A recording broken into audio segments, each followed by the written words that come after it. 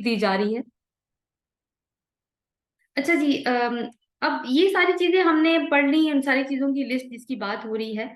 अब देखिए कि इन सब चीजों की जरूरत तो हमें होती है, लेकिन हमें इनके ऊपर एक कंट्रोल या एक बैलेंस अप्रोच रखने की जरूरत है इनको यूज करते हुए। जैसे फॉर इंस्टेंस कि हमारे पास एक बड़ी खूबसूरत मॉडर्न गाड़ी हो, और जब हम गाड़ी चला रहे हो तो पता चले कि इसके ब्रेक्स ही नहीं है, तो अल्टीमेटली वो हमें हलाक ही करेगी। तो यही मिसाल नफ्स की भी है। हजरत अली रजी अल्लाह अन्हु ने एक बड़ी खूबसूरत बात फरमाई थी कि उन्होंने कहा था कि नफ्स एक मुंह जोर घोड़ा है जिसको लगाम डालना बहुत जरूरी है।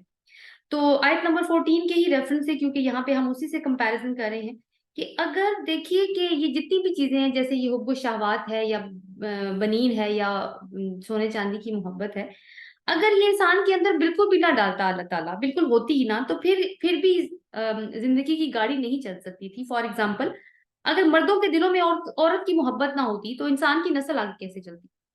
और फिर ये देखिए कि जो बेटों की ख्वाहिश है वो भी इसी ख्वाहिश के साथ जुड़ी हुई है। अगर पैसे कमाने की तलब इंसान के अंदर ना हो तो माशरती और मुआशी निजाम नहीं चल सकता था। तो ये दुनिया की जिंदगी के अहम कंपोनेंट्स हैं, मगर अगर कंट्रोल में ना हो तो फिर हलाकत है। अब ये सवाल पैदा होता है कि इनको कैसे कंट्रोल में रखें। तो उसमें आयत नंबर 17 में उसके जवाबात आ रहे हैं कि सबसे पहले क्या करना है, सब्र करना है। यानी सब्र का एक मतलब ये भी होता है कि अपनी हदूद को, अपनी बाउंड्रीज को ऑब्जर्व करना। वैसे सब्र का मफहूम जो है वो, जैसे मैंने पहले बताया ना, कि नेगेटिव सेंस में आता है कि किसी ने हम पे ज्यादती की और हमने आगे से रिएक्ट नहीं किया। वो भी एक तरह से कह सकते हैं सब्र है, लेकिन उसके ऊपर सब्र बनता नहीं है, बिकॉज अल्लाह ताला, अल्लाह के रसूल ने हमें बताया जब ज्यादती हो जाए तुम पे, जब तुम बुराई को देखो, जाहिर है वो किसी बुराई की वजह से होगी, तो सबसे पहले उसे हाथ से रोको। लेकिन सब्र ये भी है कि हम अपनी नफसानी ख्वाहिशात को रोकें, उनके गुलाम ना बन जाए। अगर हम उनके गुलाम बन जाएंगे तो फिर ये जितनी भी पूरी लिस्ट है ये फिर आउट ऑफ कंट्रोल होती चली जाएगी। फिर दूसरी चीज, दूसरी जो क्वालिटी हमने अपनानी है वो सिद्क है, मामलात में खरा होना, अपनी ख्वाहिशात और अल्लाह ताला के अहकामात के दरमियान में बैलेंस कायम रखना, और अपने साथ ईमानदार होना, खुद जानना कि मेरा मकसद अल्लाह ताला की जन्नत को हासिल करना और उसकी रजा को हासिल करना है। जब हम अपने साथ सच्चे होंगे तो हम हकीकत को देखने के काबिल होंगे, और फिर जब हकीकत हम पे अया हो जाएगी तो हम उसकी तैयारी भी करेंगे। क़ानितीन, यानी क़ानित होने की क्वालिटी, अगर सब्र होगा, फिर हम सच्चे होंगे तो हमारे अंदर कुनूत या अतात गुजारी भी आएगी, और फिर हम अतात में दवाम करेंगे। मगर दुनिया को तर्क करके नहीं होगा ये काम, उसी में रहते भी होगा। फिर वही बात कि एक बैलेंस अप्रोच, क्यों बैलेंस अप्रोच रखनी है, कि इन चीजों से फायदा भी उठाना है और इनके पीछे गुमराह भी नहीं होना। जितनी जितनी दुनिया हमारे अंदर आती चली जाती है ना, उतना उतना हम अपने रब से दूर होते चले जाते हैं। फिर क्या है कि हमने इंफाक की क्वालिटी, ये भी एक टेस्ट है मोमिन के लिए, कि उसके ईमान का इम्तिहान है कि इसको यकीन हो कि जो कुछ वो इंफाक कर रहा है वो आखिरत में रिजर्व होगा और वो इसको मिलेगा, वो जाया नहीं होगा। लेकिन अब उसको हासिल करने के लिए सब्र तो रखना पड़ेगा। दुनिया के बैंकों में कुछ डिपॉजिट करवाएं तो दुनिया में हम उसकी स्टेटमेंट वगैरह ले सकते हैं, लेकिन आखिरत के बैंक में रखें तो फिर आखिरत में जाके ही हमें पता चलेगा। और वल मुस्तगफिरीन बिल असफार, और यानी अगली जिंदगी के लिए हम क्यों खर्च करते हैं, क्यों हम इंफाक करते हैं फी सबीलिल्लाह, ताकि आगे जाके हमें आराम मिले, जन्नत हासिल हो। दुनिया में भी अगर पैसा हो तो इंसान आराम की जिंदगी गुजारता है। और एक और चीज जो हमें आराम देती है, जितनी भी हमें टेंशन हो, फ्रस्ट्रेशन हो, अगर ये चीज हमें मिल जाए तो हमें अपनी टेंशन, स्ट्रेस, एंजाइटीज, उससे थोड़ी देर के लिए सुकून आ जाता है, और वो नींद है। तो आप देखिए कि जैसे ही हम सोते हैं, जितने मर्जी हम परेशान हो, हम जब उठते हैं तो परेशानी का वो आलम नहीं होता, बल्कि हम थोड़े कूल डाउन हुए हुए होते हैं, और ये नींद हमें होती बड़ी अजीज है। लेकिन अगर हम इसको कुर्बान करके अल्लाह से इस्तगफार कर रहे हैं तो ये सब क्या है, ये टेम्पटेशन को ब्रेक करने का जरिया है एक। तो ये भी अल्लाह ताला ने एक हमें टिप दे दी। अब ये है कि इसी को आयत को लेके हम थोड़ा सा बात कर लेते हैं इंसाफ को और बेइंसाफी को लेके, कि बेइंसाफी कब शुरू होती है, जब एतदाल से बातें ऊपर की तरफ निकल जाती हैं, बाहर निकल जाती हैं एतदाल की हदों से। फॉर एग्जाम्पल, दौलत की बेपनाह ख्वाहिश इंसान के अंदर आ जाए तो क्या होगा, हर तरीके से भी वो रकम हासिल करने की कोशिश करेगा, उसकी लालच बढ़ती चली जाएगी, हिर्स और तमा बढ़ती चली जाएगी, और कहीं पे भी जाके वो मुतमईन नहीं होने वाला। तो उससे ना सिर्फ उस इंसान के अंदर खराबी पैदा होगी पर्सनल लेवल पर, बल्कि वो खराबी सिर्फ उस तक नहीं रहेगी, वो मुआशरे का हिस्सा भी बनेगी। और मुआशरे में भी आप देखें कि जब इस तरह के लोग ज्यादा हो जाएं जिनको माल का लालच हो, तो वो पैसा अपने तक मरकूज करके रख लेते हैं और उसकी फ्लोट नहीं होता, पैसा मुआशरे में घूमता नहीं है, उसकी तरसील नहीं होती, जिसकी वजह से अमीर अमीर तर होता चला जाता है और गरीब गरीब तर होता चला जाता है। तो इन सारी चीजों का कंट्रोल में होना बहुत ज्यादा जरूरी है।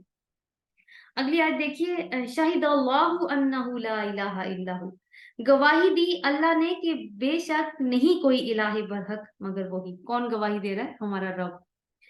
और वो तो अल्लाह ताला का तो कहना ही काफी है, लेकिन गवाही की बात आई है। वल मलाइकतु व उलुल इल्मी काइमम बिल क़िस्त, और फरिश्तों ने गवाही दी और इल्म वालों ने कि वो इंसाफ पर कायम है। कौन? रब। ला इलाहा इल्ला हुवल अजीजुल हकीम, नहीं कोई इलाहे बरहक मगर वही, वो बहुत जबरदस्त है और खूब हिकमत वाला है। तो आप देखें कि गवाही की बात आई तो दुनिया में गवाही की जरूरत सबसे ज्यादा कहाँ पे पड़ रही होती है? अदालतों में। और अदालत वो इदारा होता है जो अदल को कायम करने का जिम्मेदार होता है। तो लफ्ज शाहिदा में अदल का माना छुपा हुआ है। तो अब आप देखिए कि इसमें तीन पार्टीज हमें नजर आती हैं। कौन कौन सी? गवाही देने के एतबार से अल्लाह ताला खुद, फिर फरिश्ते और इल्म वाले। और वो सब किस बात की शहादत दे रहे हैं? नंबर वन, ला इलाहा इल्लल्लाह, नहीं है कोई इलाह मगर सिवाय अल्लाह के। और दूसरी बात ये कि वो रब इंसाफ को कायम करने वाला है।